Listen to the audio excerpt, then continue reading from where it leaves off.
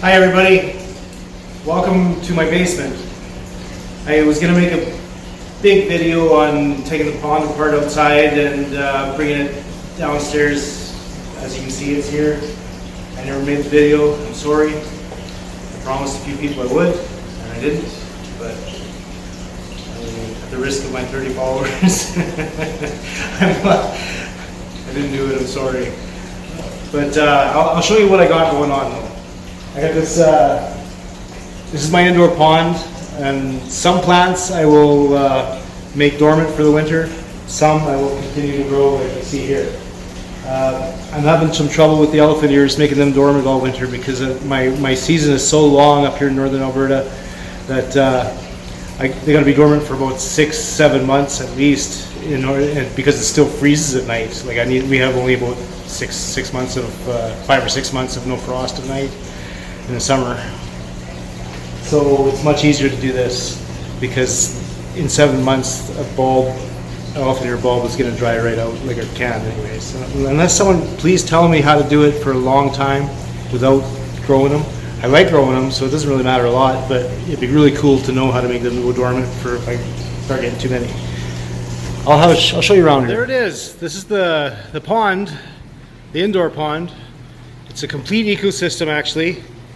One of the benefits of keeping plants with your koi in the same water as your koi is the filtration benefits of them. So I do have a filter that runs very well. I use Metallomats. Basically it operates like water goes in this side and goes through the mats, through the K1, which is motion, bacteria area, and then the pump. And it pumps it into the river. The river flows it all the way around, flows it around the outside, through the plant roots and back into the pond. How it gets into the filter is really neat. This is something that you guys might want to pay attention because this is cool. I actually make water go uphill and into the filter. The other ends of these hoses, there they are. You can see that they go around to the far side of the pond, and then they're at different elevations. Most of them are at the bottom. But anyway, what I do is I put them in underwater there, and I put them underwater on this side, and then I blow the air out with a garden hose. So there's absolutely no air in this high point. And then that way, it causes an automatic siphon. The water level drops in here, and the hose automatically tries to suck water out of the pond to fill this back up again.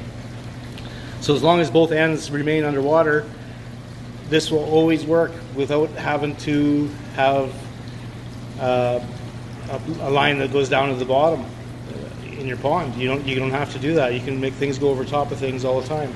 It's pretty cool.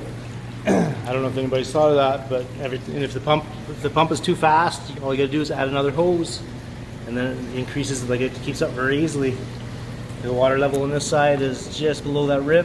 You can see the fish pee and poop getting collected there. And then on this side, yeah, it dropped maybe about, I don't know, 1/2 centimeter or something from one side to the other. So that's how fast it gets through all these filter pads. Another benefit of having plants with the fish is this is duckweed. And it basically dumps a little bit into the pond every once in a while. It produces itself. And it's like an automatic fish feeder that I don't have to worry about them getting their vitamin C because we have duckweed growing in here all over the place, and every once in a while, as you can see, it kind of delivers a little bit of duckweed to the fish. So they're always got something to eat, and I got this automatic feeder that feeds them as well. Plants are doing really well in here. Everything is in pots. Even though it might not look like it in some places, but everything is in a pot, so they just come from the outside pond in a pot to here in a pot. Very easy, simple. I got artificial lights on timers. And everything's an experiment. I tried putting sand in the soil here. I have aphids down here, and aphids are horrible creatures, but I learned how to control them. I see them, I squash them.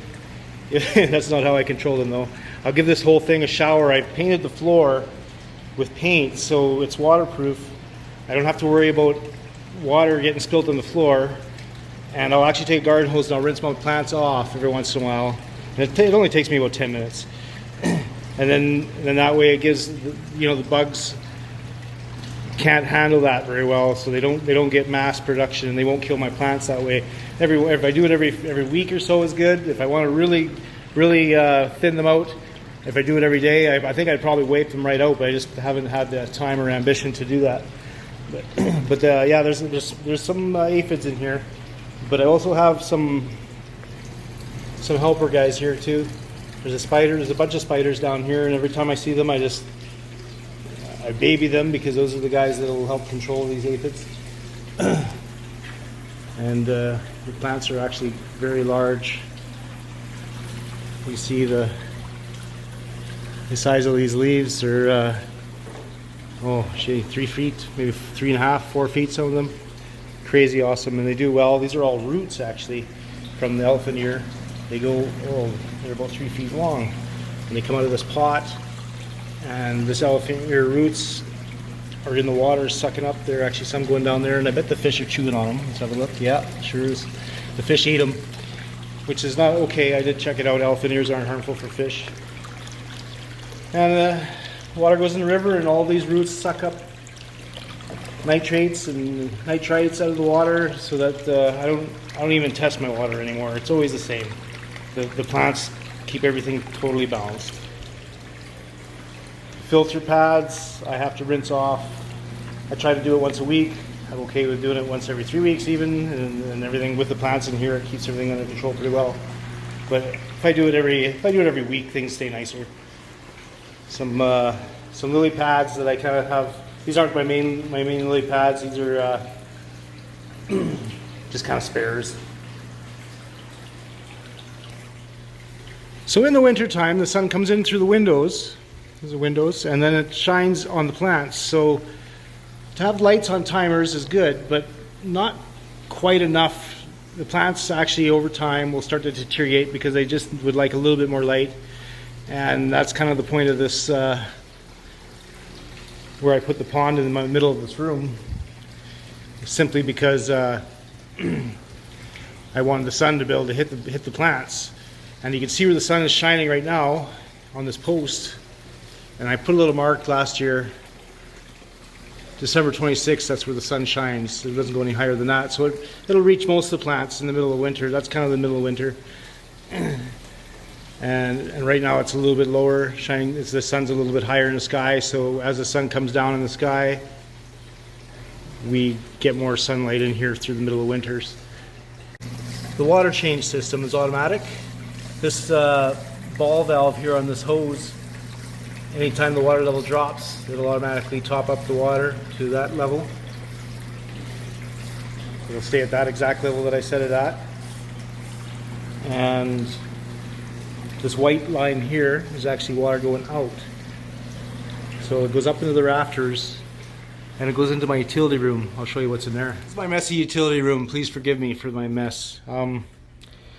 What happens is the water ends up, the hose goes into this pail of water, and since both ends of the hose are submerged, we end up with the same system that runs the filter. And as I take water out of this, it wants to top back up because there's no air in the line. I'll show you how I keep the air in the line in a bit here. So what I do is I control, this is water coming out of the pond. I control how fast into my sewer drain. I control how much the water change. I can pull this out, 2 hands, drop it a little bit lower, and then it'll speed up. So I can control exactly how fast I'm automatically changing the water in that pond at all times. I usually just let it drip all year, and then it takes water as it needs it, and I get a constant water change from the pond this way. Now if you look up in the center of the screen there, there's a kind of a T going up into the top floor. What that is that's that same water line that runs the water change, and I made it so that any air that ever gets collected in here will go up into that tube. Okay, this is upstairs in my laundry room. This is where that line goes up that I was showing you. It's in this closet, which is got the furnace ducting and the electrical going up into the attic. And I kind of have this open on purpose just so I can do this. This is part of the house that nobody sees unless I show them. So the deal is, I got this line and it's plugged off. It's got two T's in it. This one's open and this one's shut. And if I look in here, I can kind of see where the water level is. Looks like it's right empty right now. It's been about 3 days since I filled it. So I guess I better fill it. I'll shut it. I'll shut this valve. And I'll open up this one. Oh, yeah, there it is. You can hear it. Water suction. I'll take this thing here and I'll fill it up. This is not a multitasker's wet dream, that's for sure.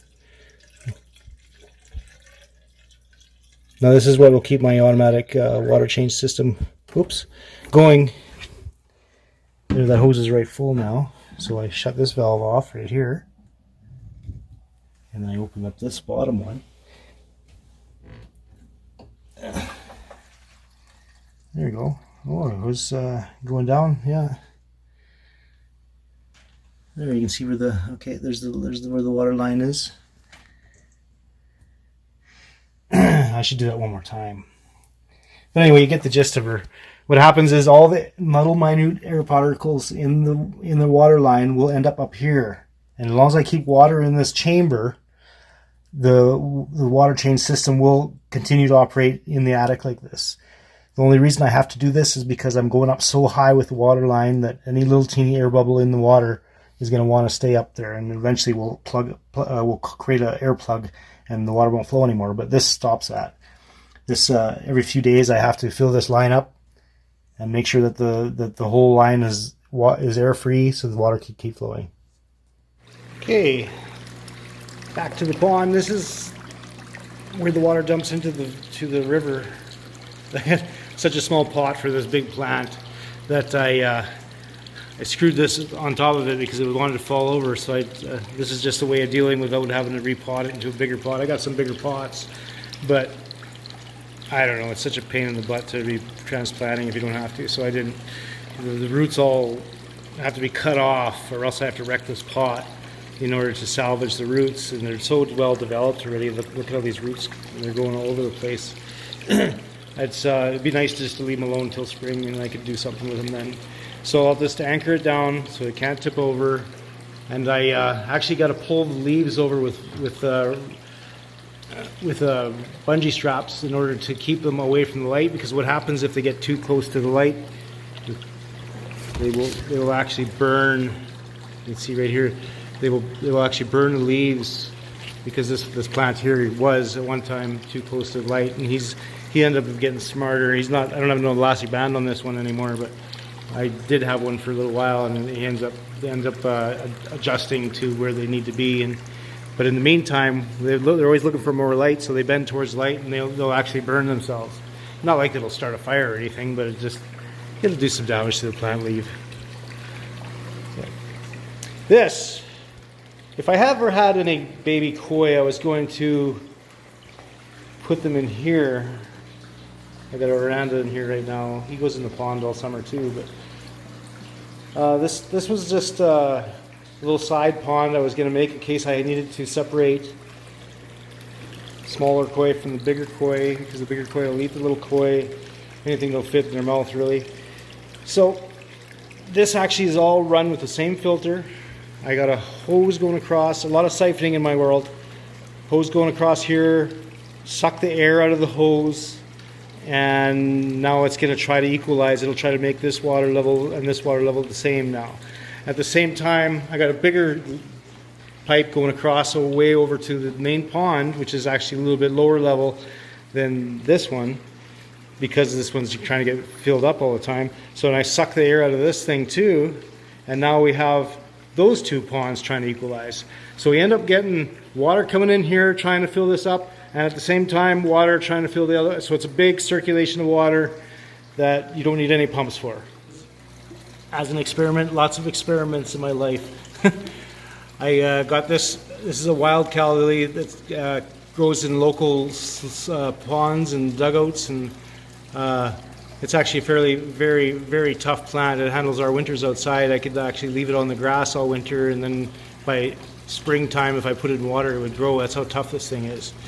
I just kind of let it freeze once outside before I brought it in here, and I think this one probably needs a frost in order to survive for the next year. And now it's growing like crazy. It's kind of a neat thing. There's a little white flower, like a calla lily, but not really nice. Very similar flower to these elephant ears, if you've seen those before. Talking about experiments, I put some sand in the soil here. You can see the white sand. And this is an experiment to see about if it helps control aphids. Aphids quite often plant their eggs on the backside of leaves. I don't see any on that one, but there is some here. I know there is. Spiders eat them. When I rinse, I take a garden hose and I rinse off all my plants. It's very quick and easy, and that helps control them a lot.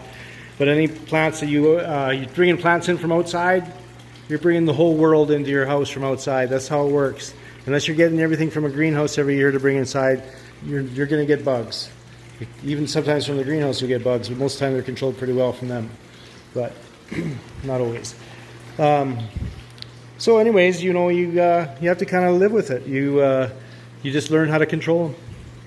The pond itself, I should probably maybe finish it up nice and put some siding on the sides and to make it look, you know, like I didn't really do this for the you know, the visual appeal of it. I just wanted to make something that I could store my fish in for the winter time, or 7 months of winter that we get here. A place where they'll be happy, a little crowded perhaps, but they grow like crazy. Actually, they grow more inside my house than they do outside because it gets so goddamn cold at night all summer that some of these plants don't even flower. This one didn't even flower outside. I bring it in here, and this is, you know, they've been in here since the end of September. Now it's like end of November. It's been 2 months, and I got flowers like crazy. Same as this one. This one didn't even have one single flower all summer outside. Like they do so much better inside because of the temperatures. Our northern Alberta is a cold place to live, I tell you. This is like a once a week occurrence around here with these plants. New leaf coming out, and the new leaf doesn't look very big, but it'll be as big as these other ones. So, you know, you have to kind of watch where you have to manipulate where you let the leaves go, because otherwise they won't leave room for the new ones, and they'll go right up towards the light and try to burn themselves. Like this guy over here is doing. Yeah, he's kind of touching it there. I'll get him off of that. If I didn't catch that, he'd end up burning eventually. Yeah. And you can see these are kind of long. These are a different type of elephant ear over here, but they're very long stemmed. Here's a new leaf coming out. 2 of them actually on each of these plants have a new leaf, but they're getting longer. And the reason for this, I believe, is because the light is lacking in here. They would like to get more sunlight than they get. So that reason alone, I guess it would be kind of neat to be able to figure out how to make them dormant and put them in the cold room for 7 months of the year, which I'm finding that they don't survive for 7 months. Maybe 3 or 4 they will, but not 7. So if anybody has any advice on that. Yeah, you can see he wants light, so he's long, and yeah. This is on my window ledge. These are some of the plants I keep.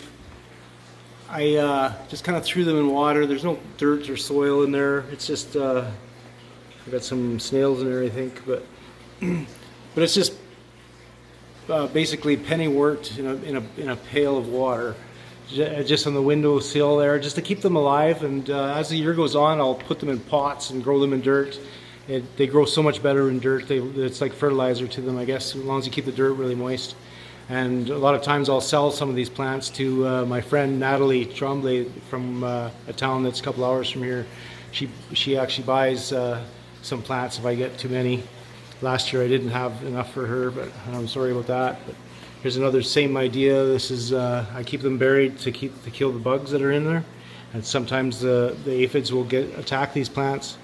And it's always experimenting. I got one in a jar there. I wanted to push it in and seal it up just to make sure that all the bugs are dead. It's an experiment. Lots of experimenting going on all the time. Something else to mention is the humidity. I monitor the humidity of my home very closely because I don't want mold growing on my walls, and so this is what I installed. I should say I didn't really install it. It's just a plug and play basic dehumidifier that I can monitor the humidity level somewhere between 20 and 60 is good for your home. 50 is probably just right.